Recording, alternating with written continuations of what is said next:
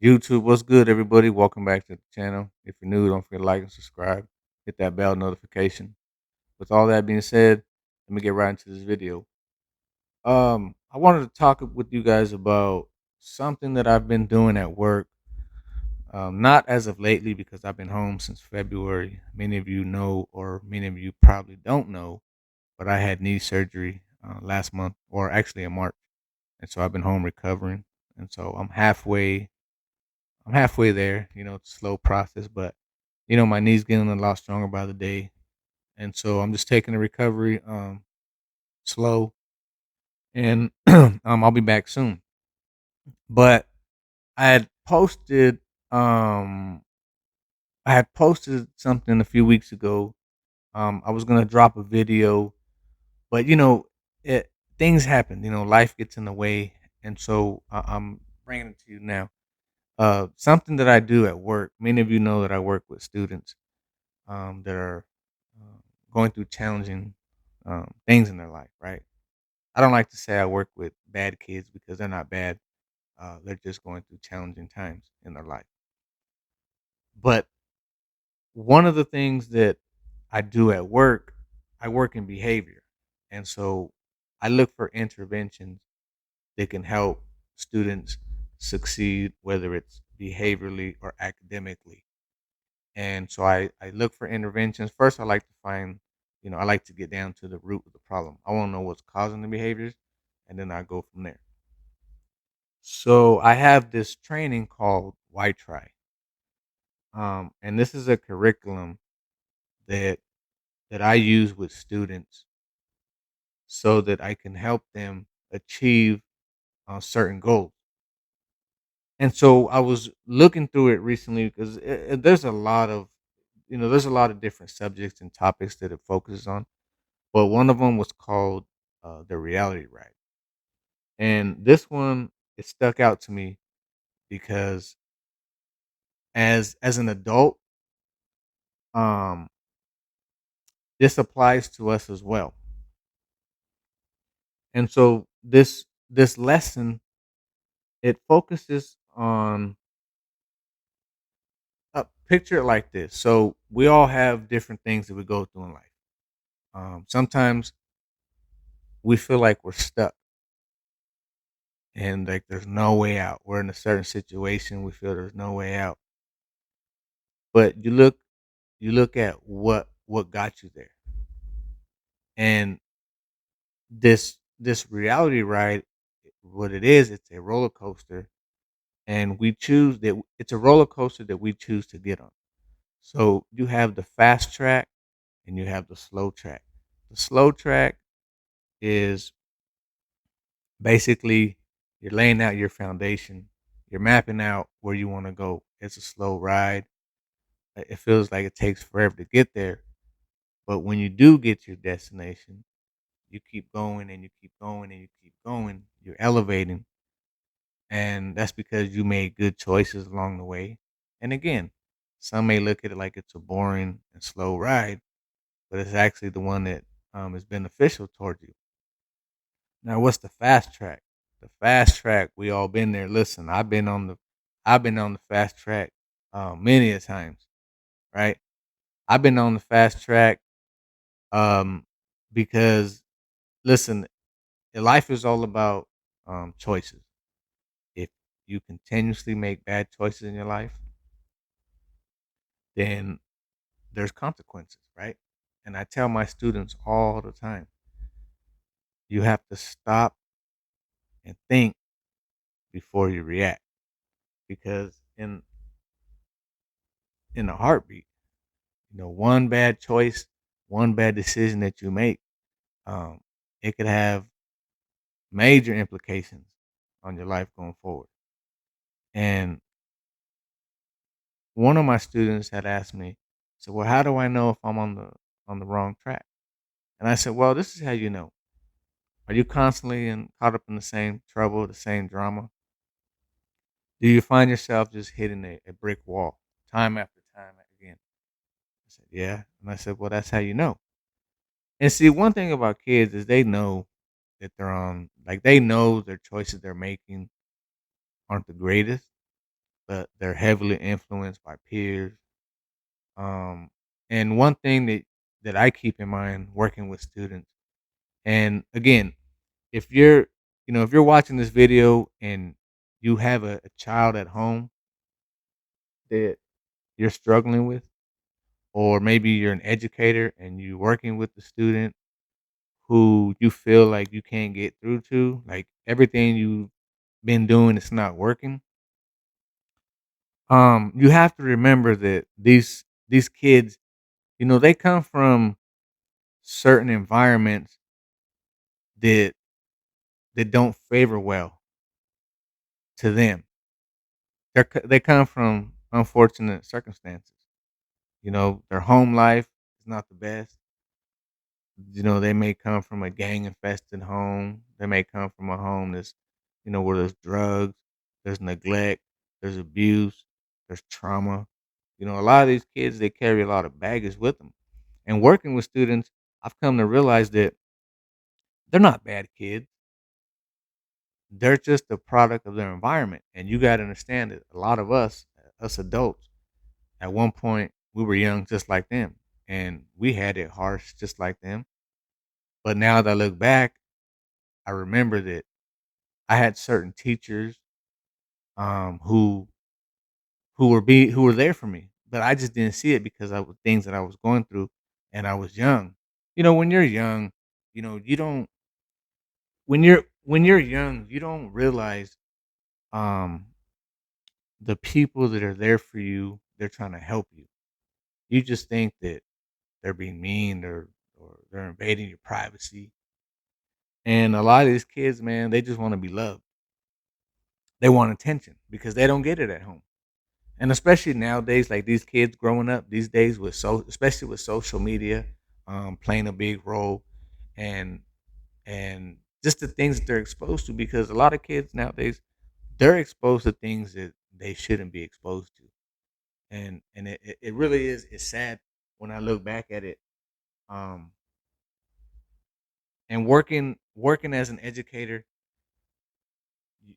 this job is draining. It's stressful.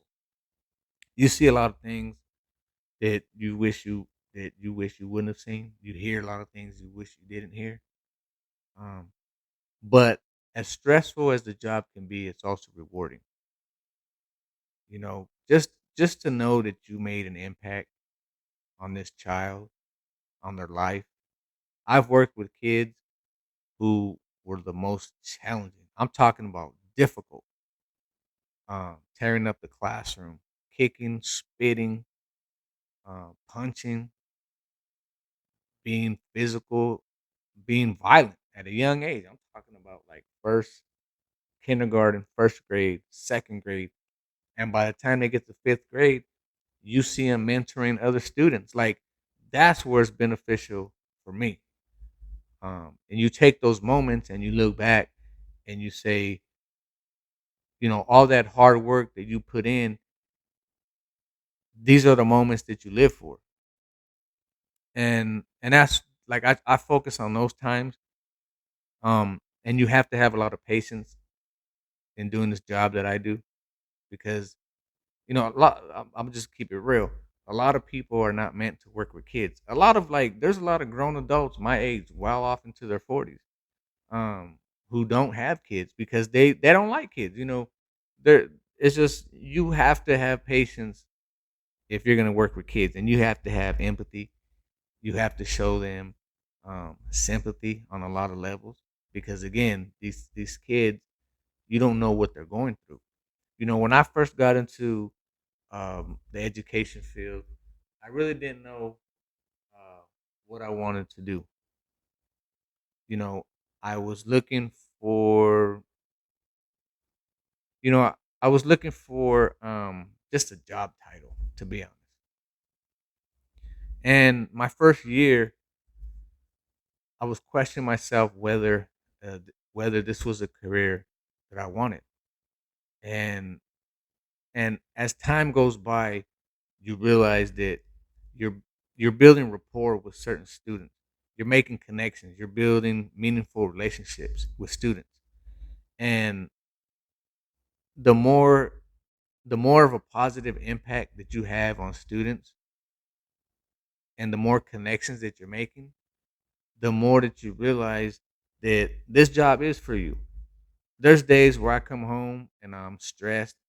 I never, um, almost like 98% of the time, I try not to bring work home with me. As soon as I walk out that gate, I leave my problems at work and I come home and it's all about my family, my home life. Um, because your mental is important. You know, if you let this job consume you, because listen, don't get me wrong. There's days where I question myself and I'm like, am I am I doing am I doing the right thing? You know, is am I making a positive impact at work? Because you always question yourself. I was having a conversation with someone a while back and I said, if you go home and something does not sit right with you, then you did not make the right choice. Like if something is on your mind, on your conscience, then you should have handled that situation. You should have took a different approach and handle that better. So again, I always try to go into every situation with an open mind, and 9 times out of 10, I've been successful. Now you're gonna get days where you and a certain student are not on the same page, and they might just come aggressive. I've had students that would tell me "fuck you" to my face and call me all types of bad words. Right? Excuse my language, but I get all kind of students who are just not. They're having a bad day. Right? You gotta understand they're humans just like us. They go to certain things, and and one thing that I took out of this training, this curriculum, is that sometimes you have to surrender. See, if you go into every situation, if you walk into a problem, you have to have a plan. You have to have a game plan, right? Now, sometimes you go in there and how do I say it? Sometimes you may have to freestyle your way out of it, right? But I go into every situation with a game plan. I never go into, when I get support calls, I never go into a situation being an authority figure. And what I mean by that is I always listen, right? Let the student vent, let him use his words, and let him get everything, him or her, off their chest. Because if you go into a problem, if you get called out for support and you walk into that situation just with demands and telling the student, do this, do that, you're not going to get nowhere. You're not. And so, one thing that this program focused on, and I had a training on it a few months back, it was sometimes you have to surrender your authority. Now, I know when you hear that, you're like, hell no, I'm not surrendering my authority to a kid. But it's not as complicated as it sounds. Surrendering your authority is you don't have to go into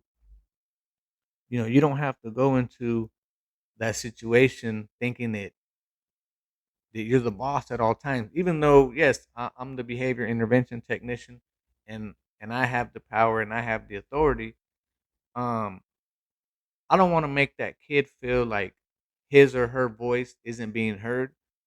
I like to hear them out. Okay, why are you upset? What's the problem? And I always give them, listen, this is important. I always give them choices. Everyone has choices, right? You don't ever want to feel a child or anybody for that matter. You don't ever want to make them feel like they don't have choices. I'll give the kid a choice. You can sit there and cool off. We can go to my office. We can talk. We can take a walk around campus. You can draw. I'll give them, three options. And then if they don't want to decide on neither one of them, then I'll decide for them. But 9 times out of 10, if you give a kid some markers and said, "All right, here's a piece of candy," and it's not bribing them, it's getting them to de-escalate. I'll sit them down. Here's a piece of candy. Here's a marker. Show me, draw how you're feeling. Draw me a picture. And kids, they're like, once you use certain words, their mind, it just, it they're escaping from what upset them, and you get their mind off of being upset or whatever the situation was. Then they cool down, and then they open up to you, and then they talk to you, and then that's when I go in with my intervention. Like, okay, like, because of your behavior, we're gonna work on these things, but I still have to hand down some discipline, and there has to be consequences. And some of those consequences might focus on taking away sport. Um, they can spend their recess with me. You still have an activity, but you're just gonna do it beside me. And a lot of them, they might not like it, but they understand. And then eventually they start working towards setting goals for themselves. And you have to celebrate their successes, because if you don't, then they're not going to feel valued. They don't feel important. So I always like to give students praise. I never want to discipline them in front of a crowd, in front of their peers or other staff members, because then that makes them feel, that breaks down their self esteem. So I'll wait till we're in private, and then I'll tell them, like, hey, this is what I'm seeing. We got to fix that. We got to work on this. And they're pretty receptive. And I've built many connections with students through sneakers. I mean, if y'all know me, y'all know I like sneakers. And they always tell me, like, man, you came with the drip. These kids are just they're it's different from when we were younger. But they like the way I dress, and they always like my shoes. And so we talk about different things. And and I've given kids shoes that were less fortunate. They come to school with their shoes all ripped up, and I've given them shoes. um, but they set themselves a goal. They work towards certain behaviors and what to fix. And it's just a dope thing to see. It's a dope thing to see. um And a lot of these kids, man, like I said, they just want to be loved. They just want attention. They want, affection. They don't get that at home. I've talked about this plenty of times in my videos. A lot of these students, they go home and their parents just throw a device in their hands, a tablet, a phone, a video game, and like, here, go do this for a couple hours, and leave me alone. Get out of my head. You know what I mean? Like, they you can't do that. You got to take your time out of your day, 30 minutes, an hour. Do homework with your child. Talk about what was the highest and lowest point of their day. Ask them, what could they have done um to improve their day. you know my kids, I started something with them about a year ago, and I asked my kids, like, what was the highest point of your day, what was your lowest point, and just share something with me, right? And then we'll go back and talk about what they could have done differently. Or did you help somebody today? How did you play a role, or a positive impact on, it could have been one of your peers or a classmate. A smile, a hug, a handshake, dap somebody up. Like, how did you make someone's day better?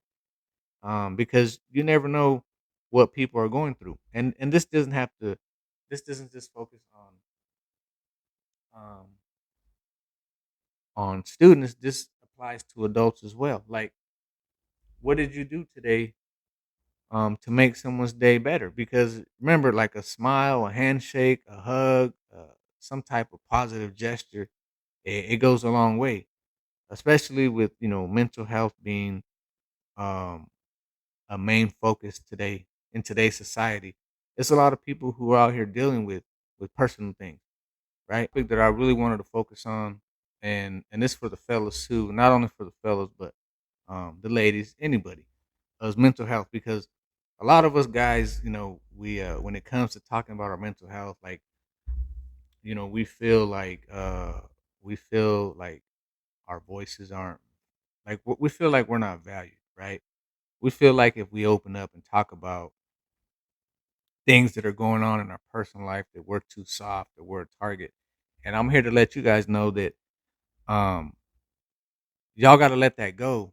Because talking about certain things with other people, because again, like I said, you never know what someone is going through. There might be somebody right now watching this video, and they might be going through some personal things. They might be dealing they might be dealing with a child that they have of their own, who's struggling in school or struggling with the behavior.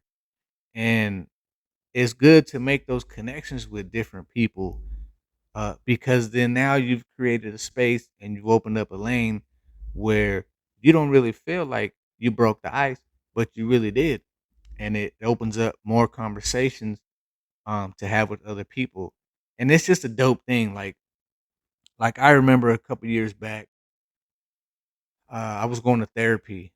I was working on myself. You know what I mean? I was going through some things. I was dealing with depression, and I didn't know how to go about it. I didn't know how to handle it, and so I went to therapy, and I was taught, different ways to cope with things like depression and anxiety and panic attacks. Because again, I didn't know what panic attacks were.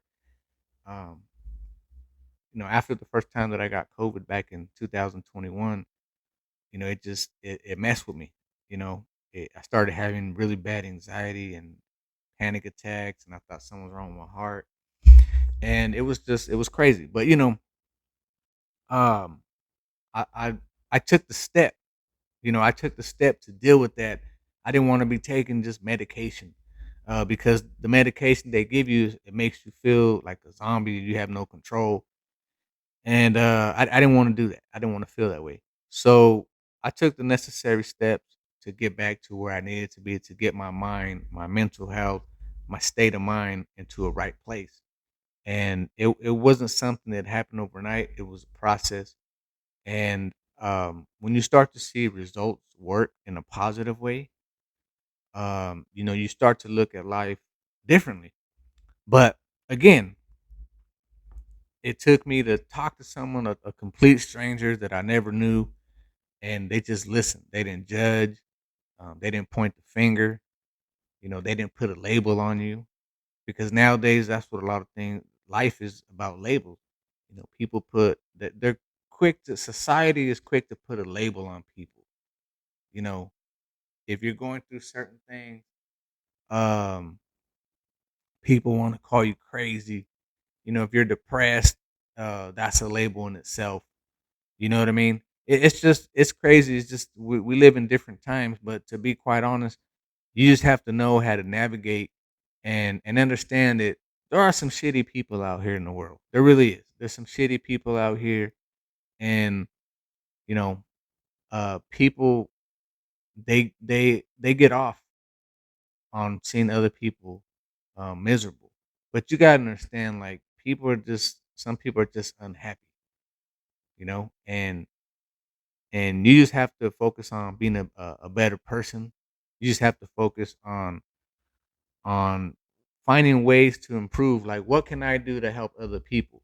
You know, and that's one of the reasons when I got on YouTube.